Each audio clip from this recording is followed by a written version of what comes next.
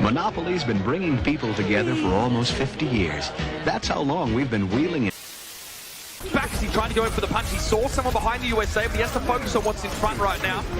He's knocked up. Sound barrier, though, keeps him alive. Great timing from Mock to keep him in the fight. And fight leads in. The cards come my way, but Joe reverses the play. I could be here for days, you know. Through it, they're going. Teleport's coming in. Curtain call and wish have already been used. A trick is running away. Expect gets caught down. He's got a PA, remember, but he needs Megan. Oh!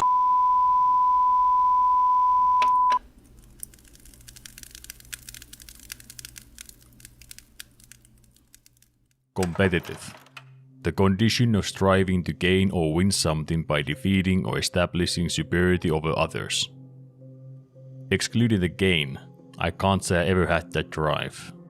I lack that competitive spirit in all aspects of my life, but nowhere as strongly as in games. Be that board games, card games, video games, sports, or any of those that start with the "I bet I can." If the only point is to see who's luckier / better in that activity in that moment, I can't see the appeal in it. When I play video games, I want to gain something from it for the time I put in it. When I play RPGs, my character gains power with gear and levels. On top of that, I get to experience story that is hopefully molded by my choices, and when it's all over, I still have that save file for that powerful hero if I ever choose to return.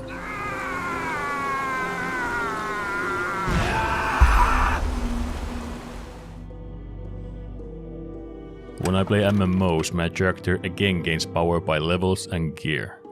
And it's there, waiting me to continue that never-ending progress like I left it, as long as the game doesn't go down. In building games, I can grow my project larger and more complicated until I have reached my goal. Then it's there, suspended in time, perfectly crafted and molded by me, ready to be visited years later to admire how I managed to do that after my memory has failed me.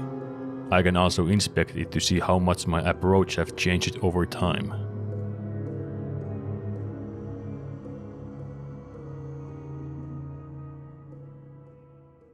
The thing that combines all of these games is that there's always something to be gained, and once you have it, you keep it. Unlike for rankings example. Now you could be rank 1 player on one season, and maybe that would be a similar trophy to look back even after it resets on next season. Sadly, I lack patience and skill to battle with that kind of feat, so it's no wonder I never had any interest in FPS, MOBA, or fighting games. This was a well-known and unspoken agreement with everyone. Everyone apart my good old pal Shadow. He argued that I can't know if I like or don't like a game if I have never tried it.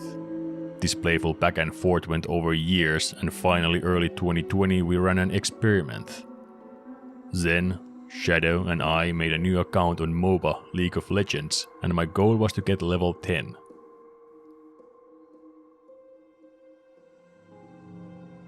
I have no records of those 10 levels, only hazy memories of League, playing match or 2 per night over the course of couple weeks. But one thing I do remember though, I hated every moment of it. I could learn and get better, or throw games and play hide and seek in the jungle, kill or be killed, win or lose, and the only thing that would change would be the banner, victory or defeat when the match ended. I would not gain anything from winning the game. My character would start from the same exact point where it was 40 minutes ago, just to start the grind again.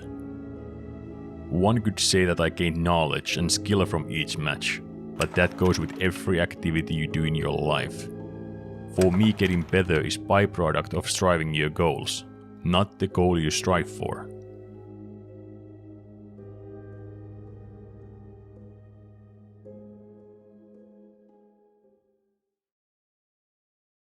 To drive the point home, I'm not new to PvP, nor do I hate it.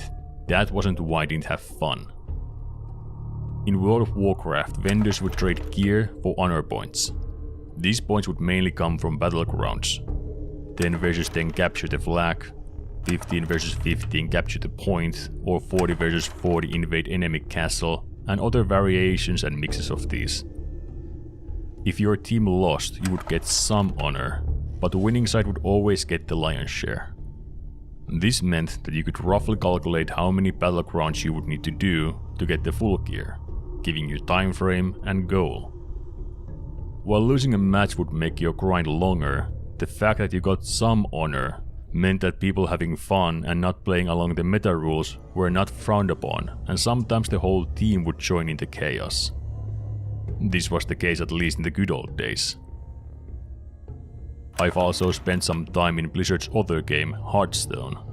In the arena mode, you would spend gold to enter in, choose one card out of 330 times and play against other players with that deck. 12 wins is the max, and with 3 losses you're out. If you won between 3 to 4 games, you would break even. In the past, it was Ultima Online where the risk and reward of PvP was at its highest.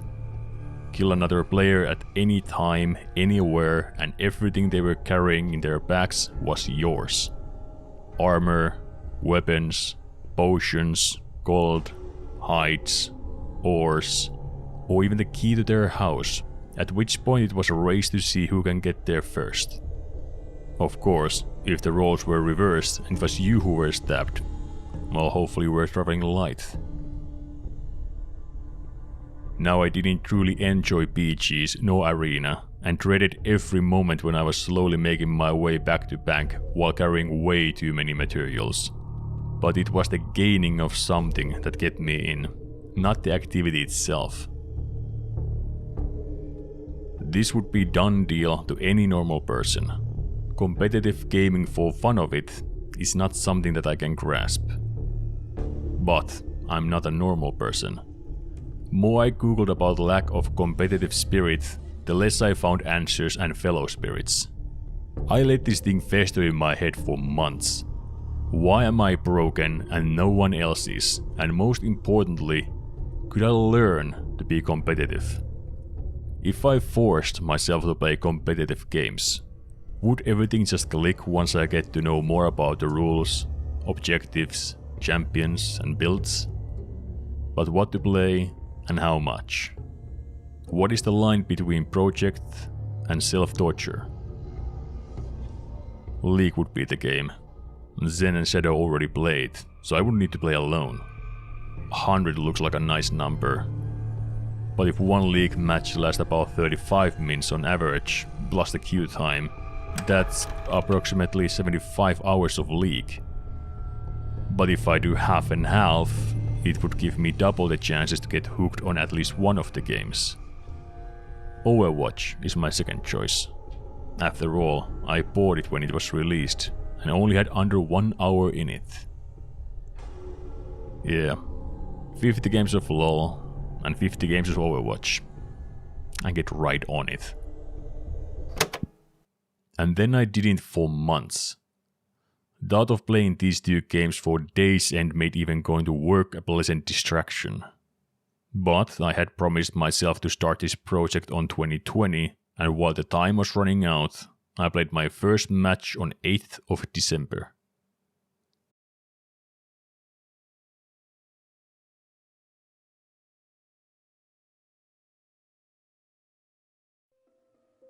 I had made a list of all the champions who had skill sets that sounded fun to me, and night before first match went through this list with Shadow. He pointed out which ones were beginner friendly and explained how to play, gear, and build each one.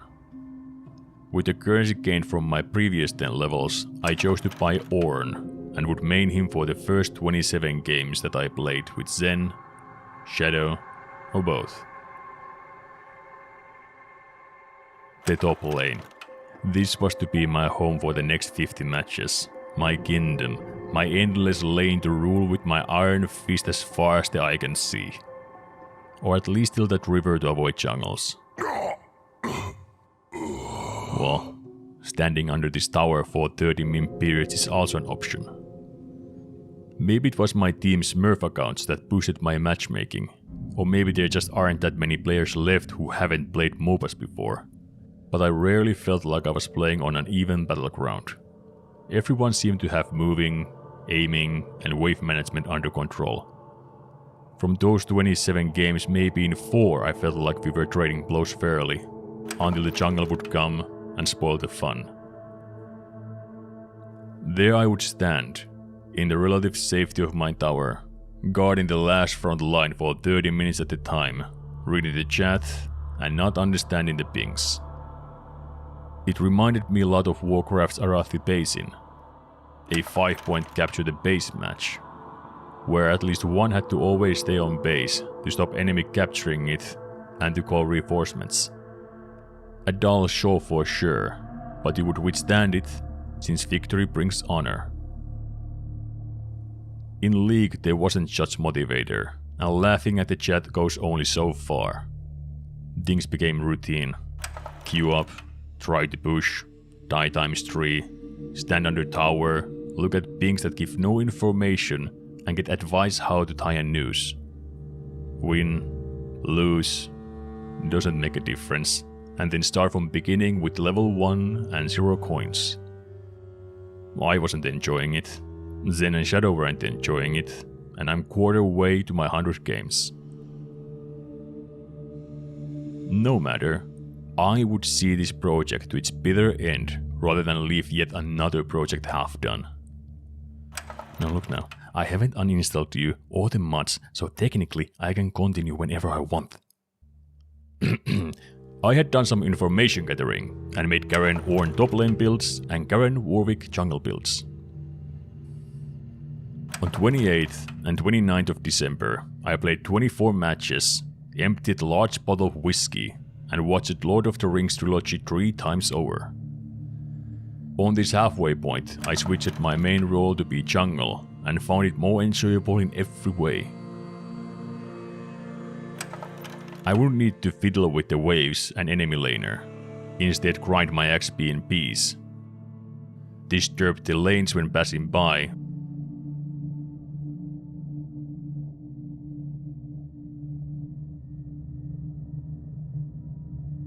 and if Warwick, go ruin someone's day whenever Bloodhunt would proc.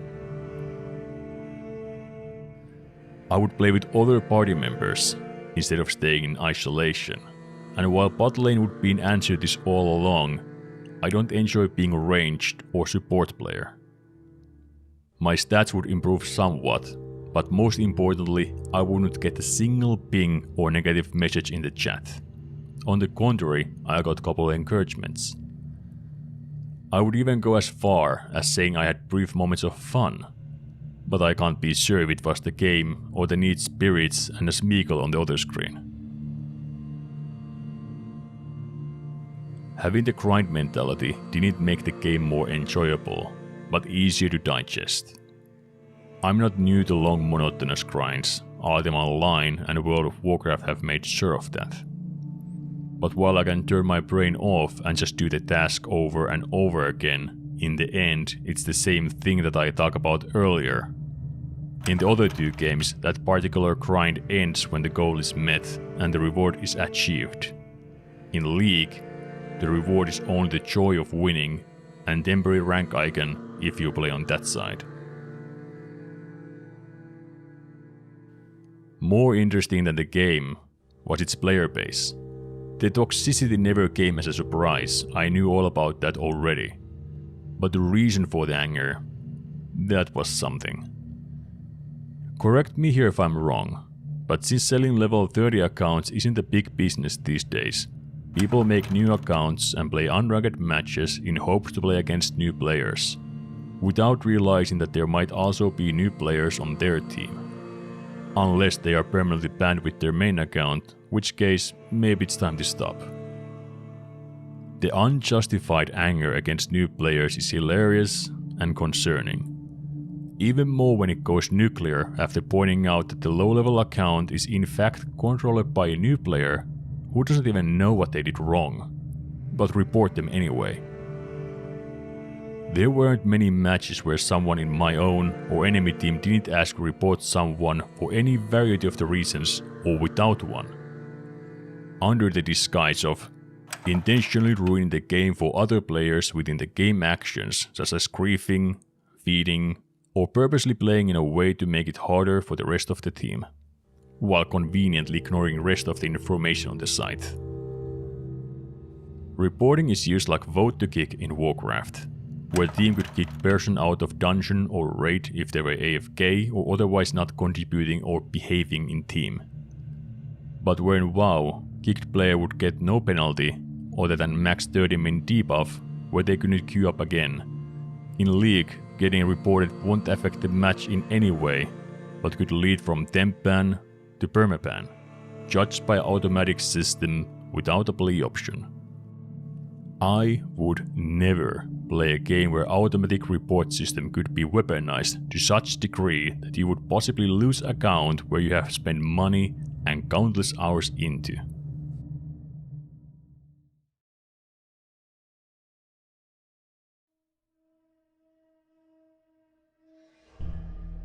Overwatch went like a breeze compared to League.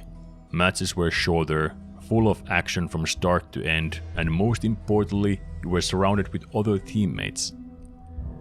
Over the 1st and 2nd of January of 2021, I brought Battle of Rum next to PC and played all 50 games, part alone and part with Shadow or Discredit.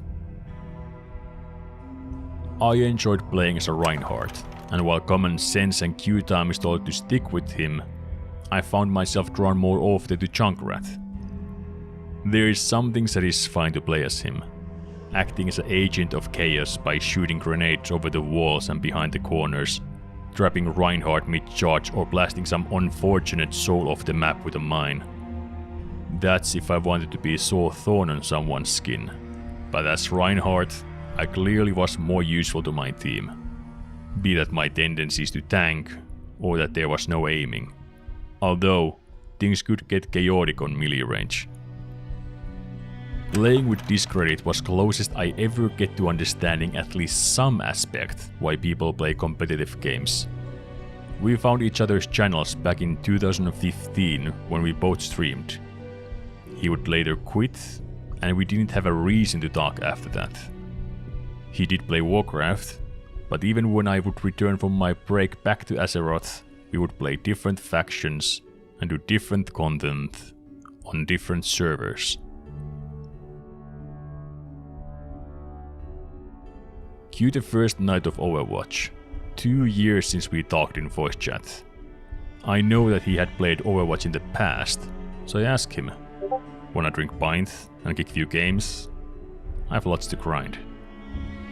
There was no catching up or awkward moments, just our team, enemy team, and casual chat like we would have picked up where we left couple days ago and not years. There were no factions, levels, gear, or anything that would be inconvenience to play together, and there never would be. While I'm fully capable of just drinking and chatting, I can see how these type of games could work as a glue to not quite best pals, but acquaintances. Overwatch wasn't strict on meta in quick games, like in League. As long as you were emptying magazines, everything was good. Or maybe the objectives were simpler and the chat a lot tamer. You refuse to move the payload. You have to move the fucking payload. Fuck a payload. Oh.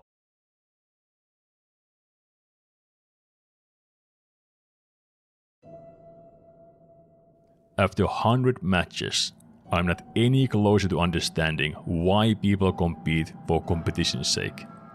But then again, I never fit to any mold game devs have planned anyway. I like to collect things, but I never cared about achievements. In Skylines, I never make realistic cities. Too much wasted space and traffic jams. Instead, I plan and build cities with certain challenges, like no imports or exports allowed, even though at least pre-DLC, it wasn't something you were supposed to do. In Transport Fever, I ignored how production lines should work and made Transport Hub middle of the map. It was bigger contraction than any of the cities, and every train, plane, and ship had to visit it and go back with a new load. In Skyrim, I disabled scaling and quest markers, and refused to use companions, crafting, magic, or drank potions in combat. In Warcraft, I've leveled a character with only dungeons, and another with PvP, and plan is to level one with gathering. My latest character was leveled with only common quality gear allowed. And I think there lays the answer. It's not necessary gaining something, but doing it my way. All those situations are me against the game in a way it wasn't designed. And that's a thing competitive games lack. 97% of the player base copies builds, tactics, and gear optimization from the tree. There's rarely any creative side in ranking up and winning, and instead it's about memorizing and executing what's proven to be optimal. And then there are these type of games. And these type of games would be a video by themselves. Call it low self-confidence or bitter realism, but I see no amount of work and stress management getting me there on the platinum rank in the league. And if you don't particularly enjoy it for the fun of it, that's the only goal one would place for themselves. You could forget the ranks and instead make it fun weekend team with the self-imposed rules and group of similar-minded people. Modes that allow full team of Junkrats or Warwicks isn't a stable one, but full battleground team of warriors sounds fun. Because sometimes it's not if you win or lose, but how you do it and what memories you leave for the enemy.